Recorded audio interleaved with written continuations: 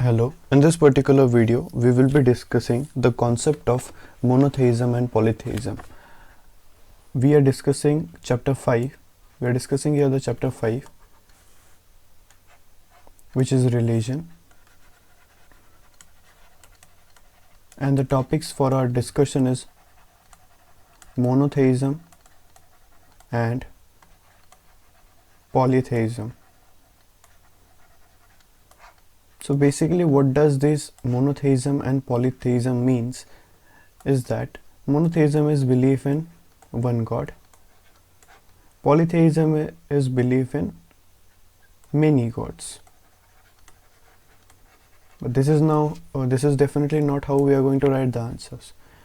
So in order to write the answer, we will have a basic introduction and then we'll continue forward.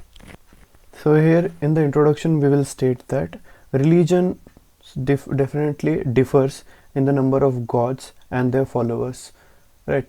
So if there is any religion, it is associated with a god and there is a band of followers. If there is a religion with a belief that only one god exists, we'll call it as only one god exists, we'll call it as monotheism. Monotheism. Some of the prominent example of monotheism include Christianity, Islam, Judaism, etc. As far as belief in many gods is concerned, that will come under polytheism. Example is Hinduism, where there is belief in more than one god. As of now, that is today, more than half of the world follows monotheism.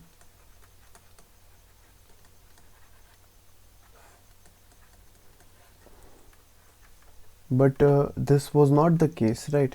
That we have not discussed more about this topic, but while discussing the evolution of religion, we had basic perspective, that is how this approaches to the religion was concerned. So E.B. Tylor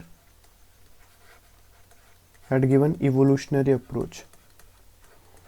In evolutionary approach, he said that there was an evolution of religion that started from animism, fetishism, polytheism and monotheism. Here is the polytheism and then there comes the monotheism. So now we'll talk about the basics about monotheism and polytheism.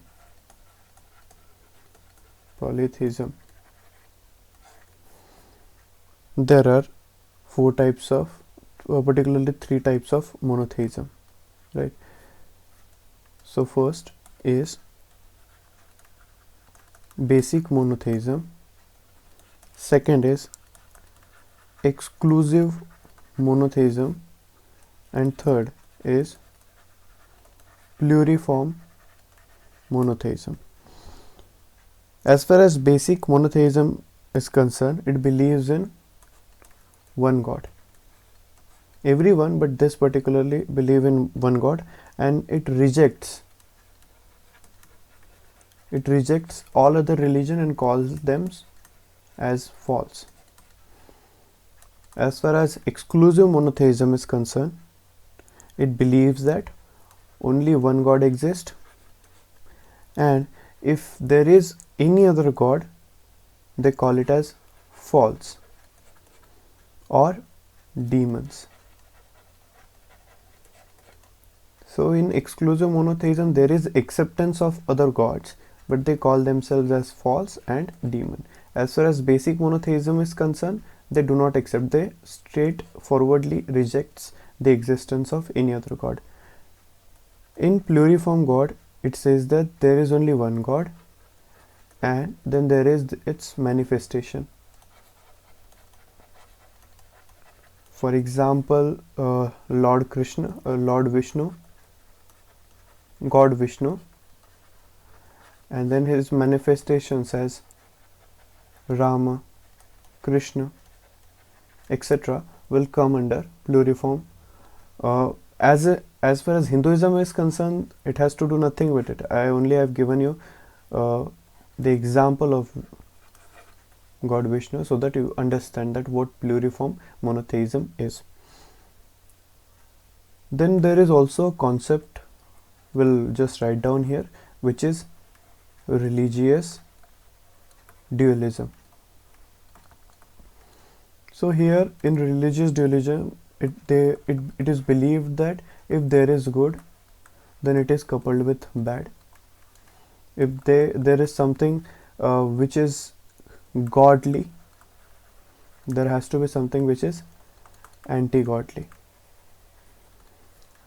If there is God, then there is demon. So this is what basically comes under religious dualism. So the example of this is Zoroastrians. In Zoroastrians, there is a god which is Ormazd, and then there is a demon which is Ahriman. As far as polytheism is concerned, it is that there is a belief in many gods, and any other religion except Christianity, Islam and Judaism will show you the brief about polytheism. The shining example here is Hinduism. Here there is also belief in demons. So polytheism does not restrict itself to a pantheon of many gods, but it also included belief in demon in polytheism. There are few types, the way we have discussed the types of monotheism, so there are three types of polytheism too. The first is henotheism. So basically henotheism means that there is one god. Okay, there is belief in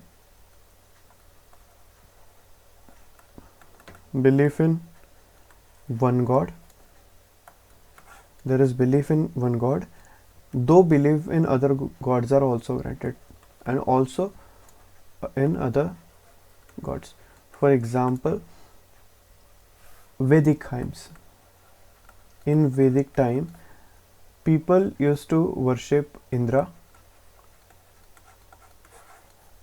and they also used to worship Agni, Vayu, Rudra, etc. So that is how there is a belief in one god and also in others too. The second after henotheism is Cathenotheism.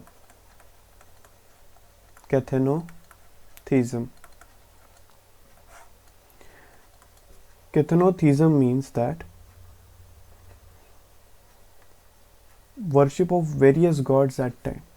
Cathenotheism means that worship of many gods at a time. The last form here is unlimited polytheism. Unlimited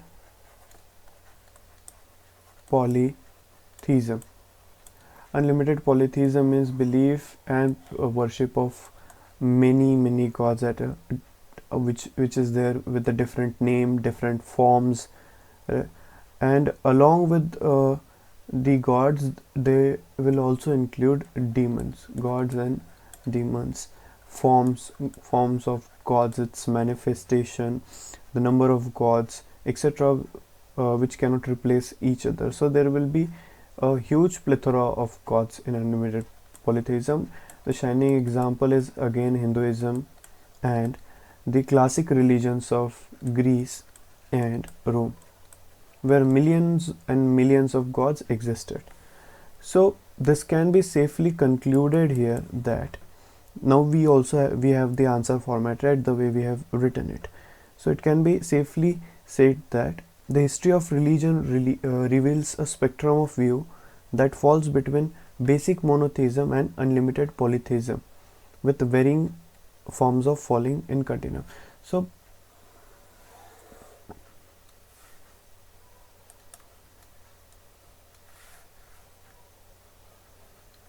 here is monotheism and here is polytheism, and the whole span between this to this is what we call it as religion, and anything which comes between this to this is a belief system.